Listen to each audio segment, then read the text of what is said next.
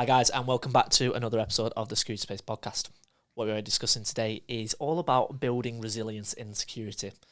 Now, resilience is one of them skills, one of them soft skills that is important in all forms of life, not just security. And what the aim of today is to discuss how resilience can actually be built, because it's not necessarily one of those skills that you're born with. So taking it through us today is my guest, which is Steve Kinghan. Steve is a former intelligence corps officer of 12 years, but who better than to give an introduction to Steve than Steve himself. So Steve, welcome to the podcast, and yeah, please do give us just a bit of a background to yourself, mate, if that's okay. Thanks. Firstly, thanks very much for having me. It's an absolute honour and a pleasure to be invited. As you said outside, it's my first ever podcast, so yeah, quite a moment. But yeah, Steve Kinghan, I'm in my early 40s, live in South Wales. I, as you say, have a background in the public sector and the private sector. So I was 12 years in the army, reached the rank of major, and served in the intelligence corps. So that's the army's intelligence function. I know you've had members of the corps on before, so you probably don't need detail on that. But yeah, I had a great career, 12 years all over the world, attached to the Americans, went to Afghanistan, did time in the Middle East, covered all the main kind of domains: counter-espionage, counter-terrorism, counter-intelligence, counter-insurgency out in Afghanistan. And I left in 2021 at the rank of major, and then shifted into the private sector. And then since then I've worked, I was the head of cyber operations at a FTSE 100 insurance firm for 3 years, which was great. And then I recently moved over into the world of operational risk, so cyber risk management, and I work at a FTSE 100 bank now in second line risk. Outside of work, I'm fairly busy, so I'm a husband, a father, son, and a brother, and a twin. So I've got to balance all that. Got a 5-year-old son. Really enjoy keeping active. So Brazilian Jiu-Jitsu. I love running, strength and conditioning. I'm in that weird space in my early 40s as well of trying to biohack and stop the aging process. So just getting into the world of collagen peptides and all that good stuff, as most people in their 40s start to get into. But yeah, just fairly active, fairly busy. But yeah, thanks again for inviting me. It's a real honour. No, my pleasure, Steve. So obviously with that being said, you've covered a lot there very well, and we'll obviously get into how resilience plays a part in your life. But before we get into that, I just wanted to sort of touch on your 12 years in the military, because it's not to be grumbled at, and I definitely want to, it's definitely a part of how you formed your identity. So that's a place where I want to start with this one. What did them 12 years actually look like when you were working in intelligence? What was it like on a day-to-day basis, working in quite a... Yeah, well, every day can be different, can't it? So tell me about your time then. Yeah, it's an interesting one. So the journey into intelligence was never really on the cards. Okay. For a number of personal reasons, I never really wanted to join the army. And then I was working as a headhunter in London. The markets had gone in 2008. And turns out nobody's recruiting. And after an initial failed attempt at putting my application in for the intelligence agencies and failing at the first interview hurdle, I had this hidden fire inside. And so when the markets went, I did look at the army and I thought, you know what, I reckon I'm going to go try and become an intelligencer in the army. And then made some money on a commission. Come across you there. Sorry, I don't normally do that. How old were you at this point? I was a late bloomer. So I put my papers into the army when I was 24. Okay. Sorry. And then I ended up getting through the process, and I joined Sandhurst at the age of 25. So when you're in a platoon of 21-year-olds, it's quite daunting, especially when you're carrying some like mid-20s chub and you look down the corridor and you see these like gods physical specimens. It's quite daunting. But yeah, so that whole process kicked in. I was able to get selected for the intelligence corps, which is not easy. Not everyone wants to join it. I get that. But I think at the time, especially with Afghanistan, you had 3 full intakes going through Sandhurst each year. And so at any one time, you've got 750 people going through. All of them had been down-selected from a larger body of mass. So I felt quite honoured. I still feel quite honoured that I made it through that process. And then off into the world of intelligence. The interesting part is that even up to the point of commissioning, the intelligence corps, until you get your clearance, your security clearance, you don't really know what you're going to be doing. Okay. And so that opened up this whole world of like, oh, these guys know they're going to do this course with the Royal Engineers, or these guys know they're going to Brecon to do a 4th term in Brecon and learn how to be an infantry officer. Like, we had no idea what we're going to be doing, apart from that we're going to get attached to an infantry or a cavalry regiment, and that happened. So, you know, commissioning straight off into the world of intelligence support to an infantry battalion. So I got sent to the rifles in Chepstow, and I was straight on to Herrick 14 in 2011. So yeah, and then that was good. So the world of intelligence is really vast. Yeah, so Afghanistan was counter-terrorism, counter-insurgency, and we did loads of other stuff we just didn't know we were getting ourselves into at the time. So pretty much the classic phrase of all the gear and no idea. So you're wearing the belt, you have the beret, everyone thinks you know everything that needs to know about intelligence. It's not the case. Yep. And so lots of just getting on with it. So it's quite a weird sensation, especially in a hostile environment. Yeah. And then, when we came back, bit more of a chance to kind of settle and figure out the career. So I wanted to do certain things, wanted to go certain places, and I was lucky to tick pretty much all of those boxes. And then my career spanned out, again, touching all the main domains, I guess, within intelligence. And, I spent time attached to the Americans, which was a godsend. And then my final 3 years, I was attached with the civil service doing offensive cyber operations, which was an absolute life goal, which was great. But at that time, that's when I decided to take a step out. COVID had happened, wanted to settle down, wanted to buy a house, wanted to have a family and all that sort of stuff. And, some people make it work, but I knew at that stage I wouldn't be able to be away from the family. It was the universe telling you that, okay, it's time for a bit of a change. Yeah, and injuries as well. I had a real gnarly injury on my hip playing hockey for the civil service. Yeah? Oh, so of all the things that you get an injury from. Stupidly, I thought I'd relive my youth and play hockey, and I just managed to destroy my hip. So the days of long distance tabbing and arduous courses were done for. So I was like, I think I'm going to make a move out now. Okay, so two really interesting things that you said there, Steve. You very much brushed over the fact that you said, we just got on with it in these hostile environments, and you dealt with what you've got. That could not be grumbled at, and not every character can just get on with it. A lot of them, if you've not got the right information to do your job, never mind being in a hostile environment such as Afghanistan, it could crumble some people. It sounds like you'd already built up a form of resilience at this point for you to be like, well, that's part and parcel of the job, got to do it. Where's that come from? I think it's part genetics. Okay. Part of it is being in a certain situation or a certain environment, but having a significant amount of training. So the army, like the process, without waxing too lyrical about Sandhurst, because it's not all amazing. Some of it's really terrible. Just, it's not all fun. Yeah. It's hard as well. It's not, I had a conversation once about, I think the impression is it's quite easy to go through Sandhurst because the likes of William and Harry went through. Yep.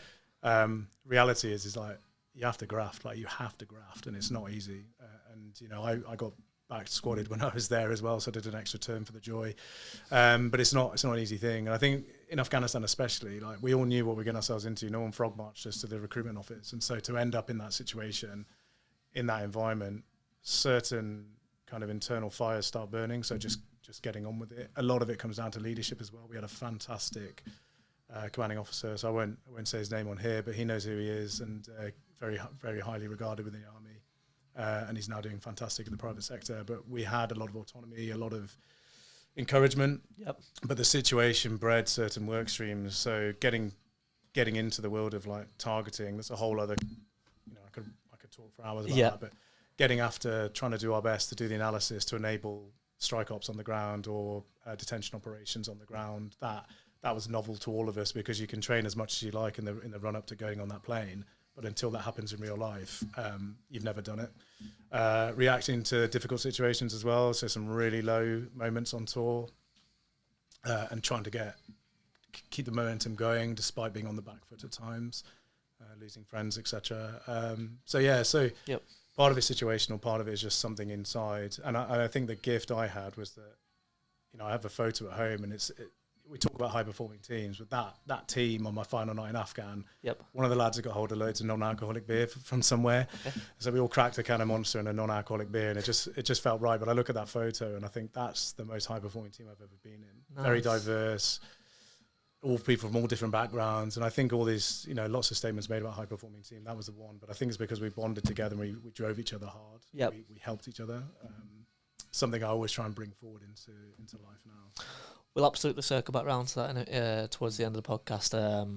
I will put a mental note for that one. Another question on what you said there on the intro. Mentioned about your injury. And again, you were quite sort of blasé about it. You were kind of like, did my hip in playing hockey. But, the military was your identity at that point. You'd spent 12 years doing very, very serious work in there. And you can have a laugh about it now because it's looking back in time. But at the time, were you like, was it quite laughable? Were you like, oh, well, my time in the military is over, it's time to move back? Or, again, how did you react to that time where you're like, my hip's shattered here, I might need to do something different? Yeah, so I picked up I managed to avulse my tendon, so it's like a really rare injury. Basically, I've ripped a hip flexor off the bone. I've got Good effort. I've got hip fracture, and I've got early onset arthritis. So without getting my violin out, like the days were numbered. And at the time, I was devastated because I wanted to become an OC. My father's an OC in the engineers, and I wanted to hit his level.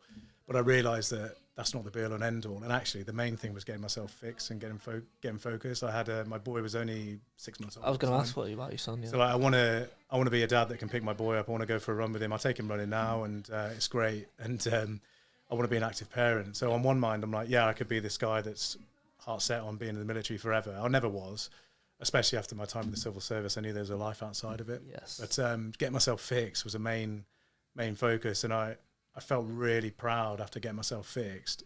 After all, it took about 2 years. Right.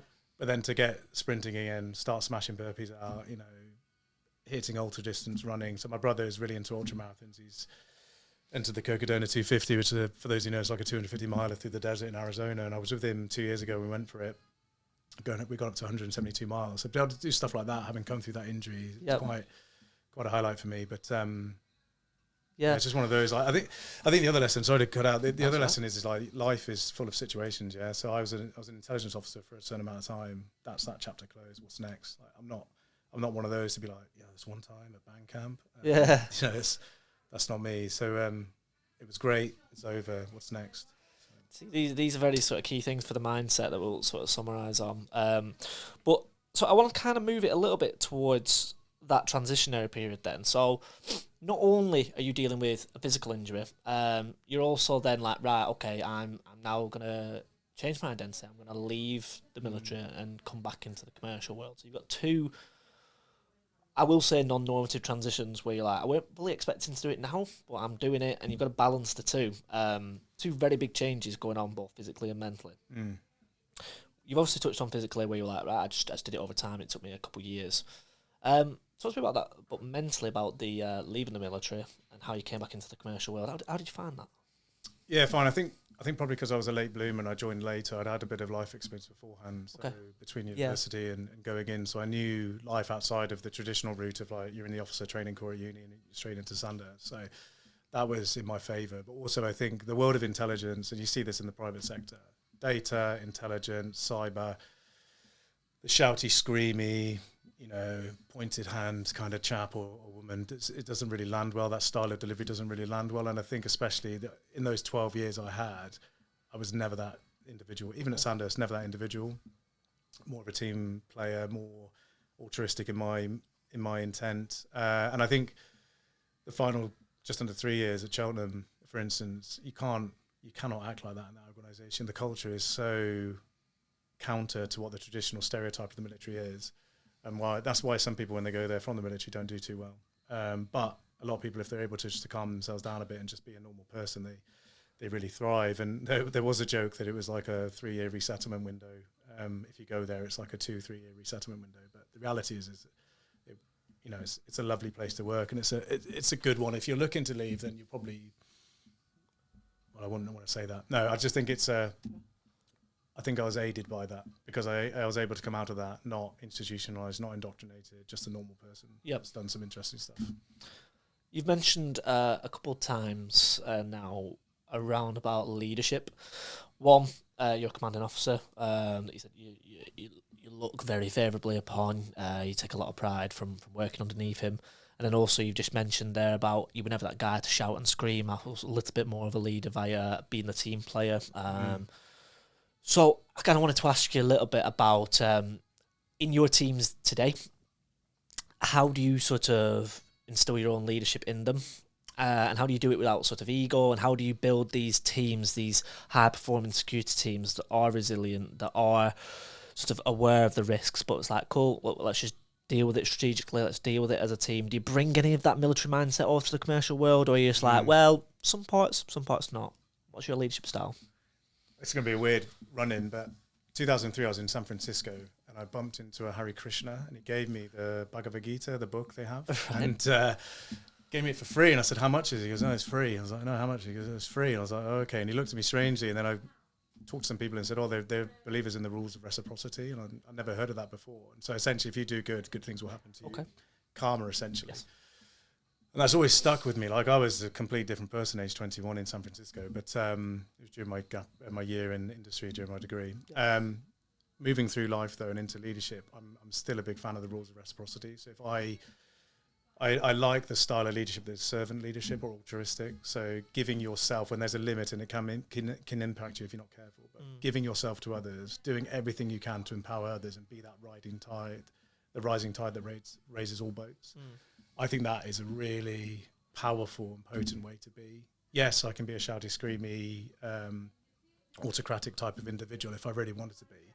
But you're not going to take people on that journey. Yes. And I think especially when you're dealing with intergenerational differences and nuances, styles of leadership really come into play. If you talk to the likes of the Gen Z coming into the workforce now, they don't wash well with that type. And I know it sounds broad brush me saying they, but go talk to individuals that are coming out of university now. They don't like that style of leadership. Very driven, very motivated. They have clear goals and clear aspirations. If you're seen as a autocrat or someone who's going to block things because I know the way to do things, then it's not going to rub well the current workforce that are doing the work that are supporting you. Yep. So I'm all for servant leadership, altruism, and giving my all. And there's any number of examples out there I could follow. To come in on that one then, so how did that? That's quite the juxtaposition of coming from the military then, isn't it? Because the military is very hierarchical. It's very sort of like, you don't really speak above yourself, but you take orders from others, like, yes, sir, like you jump how high. So, like, how did that, did you just have the emotional intelligence in the military to be like, okay, this is just how it is now, and then you transitioned, or was there some mistakes and learning along the way? No, I think it's embedded in you, especially within, going back to the intelligence corps, like the exposure that a Lance Corporal, noting that there's no privates in the intelligence corps, the lowest rank is a Lance Corporal. A Lance Corporal could be speaking to the head of the army. Like, I've worked at Army headquarters and had a Lance Corporal briefing the head of the army. I've briefed up to members of parliament level where I've chosen to stop what I'm saying and say, actually, so-and-so is an analyst. Could you just brief the minister, please? And having those, it's not sloping shoulders, it's empowerment, because why does that individual want to talk to me when I'm just diluting the quality that's going to come out of this individual's mouth? So passing it to that person gives that person the chance to shine, empowers that individual, gives them the knowledge that there is someone in the room that believes in them and can see the value in that they bring into the conversation. And I always, going back to Afghanistan, that commanding officer was one of those types of individuals where, who was it who was in theatre? It's one of the generals, I don't know if it was Commander Land Forces or if it was Commander British, I can't remember. One of the senior head shed was in theatre, had come from a similar specialist background like he had, and I got to brief in about my theory around how the ID network was facilitated and where we were in their south. Yep. And that for me was massive, because I was like, complete nobody, minimal experience, but I had an analysis and a theory, and that just showed me that actually, like, the right person can facilitate you to deliver greatness. As well, I'm not saying my brief is great, but my insight was my insight, and no one else had that insight. And my insight was based on a load of other work streams that really high caliber individuals are pumping out. But that always stuck with me, so I tried to emulate that as best I can. Nice. So obviously, I just want to bring it back to your intro and discuss a little bit, not necessarily professionally now, but personally, as to how you sort of instilled resilience into your life. And I know when we've caught up separately, Steve, fitness, BJJ are a big part of basically what forms your soft skills and how you kind of keep your body and mind as healthy as possible. So talk to me a little bit about it then. Elaborate a little bit on what you do outside of the working hours to keep resilient, keep chugging along, and essentially just keep yourself safe and happy and being able to provide for both your family and your professional team. Yeah, no, it's a good question. I think, I don't know if you've had anyone who's into BJJ on the podcast, but I think there might be one or two, but I don't think we spoke about it, so I'm all ears. The reason I say that is a correlation between people who do cyber as a profession and Brazilian Jiu-Jitsu. So good mate of mine, Nick, who's moved to Portugal recently, used to do a cyber networking series in the UK, and I went to the first one at the Hodger Gracie Academy in London. I was like, this is dope. And you look around, there's just all these cyber types, and I'm rolling with like sales reps, SOC analysts, and all that. And then that kind of dissipated a bit with him moving overseas and then abroad. And then more recently, I was rolling at my club, and my mate's like, he works for one of the leading food delivery companies. I won't say which one, but he's a SOC analyst at that. And I was like, no way. And then my colleague from work said, I was like, no way. And there's just this correlation. There's a similar correlation between fantasy board gaming as well, like Games Workshop. If you're into D&D or Games Workshop and you're in cyber, you're probably from my take, you're probably a pretty specialist or pretty good at analysis. Yeah. And the reason is like all of those activities around problem solving, complex issues, they're not easy. And there's something in the kind of cognitive function needed to be successful in those pursuits. But like BJJ is it's a physical game of chess essentially, you know. And I'm a 2-stripe blue belt. If anybody wants to know, but it doesn't mean much. But at 42 years old, masters whatever athlete, I find it just fascinating that I can go to the club and I'm rolling with people half my age or my age, putting under physical and mental pressure a couple times a week. And I come out of it with a huge endorphin rush, physically benefiting, mentally benefiting, and it gives me something to focus on. I do think like putting yourself in difficult situations really helps, no matter what that is. I'm not saying like go down the street and try and get mugged or something, but you know, like putting yourself in a physical situation or a mentally challenging situation has a massive amount of benefit for you. Yeah. Within the workplace, it could be things like tabletop exercises or having a really offensive pen test against your team, like a physical or a technical red team against your organization, or it could be going through a tabletop exercise about the dreaded R word and how do you recover when your backups are compromised, that sort of stuff. Personally, I've always, since I've got onto the fitness train of, you know, I was never fit before joining the army, but that constant pursuit of what's next has always fueled me. So you know, I did Ironmans when I was younger, BJJ, ultra distance running after getting my hip fix and going back into ultras and trying to emulate my brother. That has just kept me going. And the translation is I'm a calmer individual. I've got the right balance in my mind of serotonin and dopamine. I don't find I need to look at a screen to get that. I get that out of being active. And it translates, I guess, into a happier Steve, which is what I'm here for. I don't want to be sad and miserable. So well, I suppose the key thing there is the underlying anecdote that I'd say there is being comfortable with the uncomfortable, and that is essentially you are choosing to do BJJ and you are choosing to put yourself for an hour or two into someone chalking you out. Same as cybersecurity. If you're working in the SOC, for example, you are choosing to work in a field that is constantly firefighting, for example, and it is openly known to be a role that you know delivers burnout. That being said, I want to caveat that with any role can deliver burnout. Not just talking about security. It all depends on stripping it all back to the human. If you don't have the capacity or the capabilities to deal with these external stresses, you will feel burnout. I'm not just saying it because of security, because we both work in security in different elements, and therefore that will be the theme. But this is bigger than that. And my point to this, Steve, is essentially I've took it upon yourself to be like, okay, I know that I'm going to face these stresses, but what's the saying? Iron sharpens iron. And therefore you're like, okay, well, look, I'm going to look after myself here, and I'm going to put myself in these uncomfortable situations, which is why people go to the gym to run on a treadmill and have half an hour of pain or lift these weights and tear the muscles, because what will happen is your cardiovascular system it increases as a result, and your muscles come back stronger as a result. And this is just the same with BJJ. Mentally, you've made a great anecdote. It's a physical game of chess, so it's both mental and physical, which is why I'm sure it's terrific for yourself. So I couldn't sort of praise you more in the sense of like people need to take from that. If you are struggling, you need to get out there and actually do something about it. I know it might seem like the hardest thing in the world, and it seems a bit backwards. I need to put myself under more duress to feel better. Yeah. But that is how resilience is born, isn't it? Yeah. If you listen to any of the large kind of, the David Goggins and the Jocko Willings of the world, like that's one of their main core. That's one of their kind of raison d'etre is struggling through stuff, and there's proven benefits of it. I think also the flip of that as well is as leaders.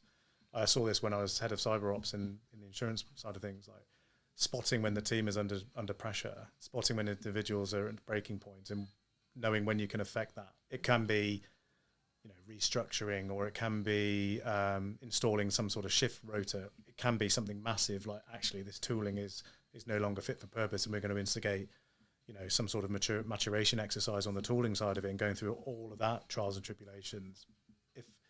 If you're not in a position to, as a leader, if you're not in a position to see that and affect that change, then you probably need to look internally and do something about it. And again, going back to leadership styles, like I'm all for making people that work alongside me, below me, make, not necessarily within direct line management or chain of command, as it were, but make their lives easier through whichever way, across people, processes, technology. If we can make lives easier for everybody, the net benefit is increased security, increased retention, increased working satisfaction. Yeah, no, absolutely. No, it's a really good point. And I suppose I know that you do a lot of mentoring now in your current company, and you've mentioned there that you work with a lot of sort of the Gen Zs, a lot of the new breed of security. And I suppose what's the advice that you're giving internally then, to, not necessarily technically, but more sort of mentally, like on these people coming out of university?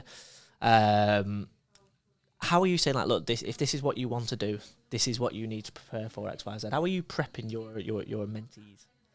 Yeah, so if any of them hear this, they'll probably think, oh god, I'm a massive fan of timelines. Okay. So pursuing certain arduous elements within the military taught me around the benefit of planning, and so just having a simple 5-year plan and understanding like now to 5 years can go real quick. Right? COVID was 5 years ago, 4 years ago, whatever it was, and it seems like yesterday really. But understanding that there's a time now and there's a future you that you need to get to, and then planning out across personal events, work events, global events, and trying to figure out, when is it I want to buy a house? When is it I want to have a kid? When is it I want to get my CISP? When is it I want to, move to wherever? When's it going to be an election? When's it going to be this? And then you start overlaying that with like, right, okay, well, I can see there's a busy period here, busy period there, but then there's a window here of opportunity, and that's like an operational window. It goes into like operational planning techniques, but I try and install that level of clarity and planning in people I mentor, especially at the junior level, because it allows them to see that, by acting now, you can affect massive change in 5 years' time. That aggregation of effort leads often to like quite a successful outcome. Yep. And it always, I won't say a name again, but there was someone I worked with who made me realize that time, as you get older, becomes shorter because of if you do the circle of your life, the percentage when you are 40 of each year of your life is so much smaller than when you're 20. And so the years go by quicker and quicker. And then when she told me that, I couldn't stop thinking about it. So as a new entrant into the business or the working world at say 18 to 20 years old, a year might seem quite long. I remember what those years felt like. Yep. A year now just goes so quick. Yep. So if you're not planning, if you're not installing that structure, you might wake up in 5 years' time thinking, oh my word, I should have done something. Yeah. Yeah. That when I had that conversation with my brother when we worked and lived in London, and I thought, I don't want to wake up at 30 thinking I should have done something. Luckily, the markets crashing in 2008 forced me into a situation where I had to do some drastic planning and do some recovery. So, but that's one of the main things I try and do. And also just trying to get them into the mindset of like, if you are looking to go down the management or leadership route, what style of leadership and management do you want to be like? What style of leadership or management do you wish you had right now that you're not seeing, or do you experience it and you want to emulate it? Yep. So just trying to get into them some sort of theory and what have you. Yeah, that's always useful. You've mentioned your brother quite a bit throughout the podcast, and you've said that you quite emulate him a lot. Is he one of your role models? Is it someone that you have a bit of competitive, fun-natured with, or talk to me about that relationship? Yeah, so I've got a twin brother and an older brother. Okay. So I think both of them, without getting too deep, I think both of them are role models and they inspire me, and I'd like to think I do the same to them. We're very tight, and it's just one of those where, as we go on in life and we get older and we do different things, I think we try and bring each other along, so the daily chats on Signal and what have you, and just keeping in touch. So and I think any twins out there will know there's a natural competitive nature between them. We're in very different spaces professionally, but similar in a way. Like we're interested in what each other are doing, and my older brother's very technical, so I try and aspire to be like him. My twin he's super competent and super capable when it comes to like organizational influencing and changing and driving new processes. So I try and emulate him. I don't know what they see in me, something probably, but no, they are Yeah, they are our role models. Yeah. Try and emulate whilst inspiring too. Nice. Fantastic. Yeah. Steve, thank you very much for your time today. If anybody has got any questions to what Steve has raised today, it was a fully engaging chat there. So I'm sure that there will be. Get involved in the comments down below. But yeah, if you want to contact Steve directly, I'll be sure to put his information available. But yeah, once again, Steve, thank you very much for coming on Security Space Podcast. Yeah, thank you so much. It's been a pleasure. Cheers. Awesome. Cheers.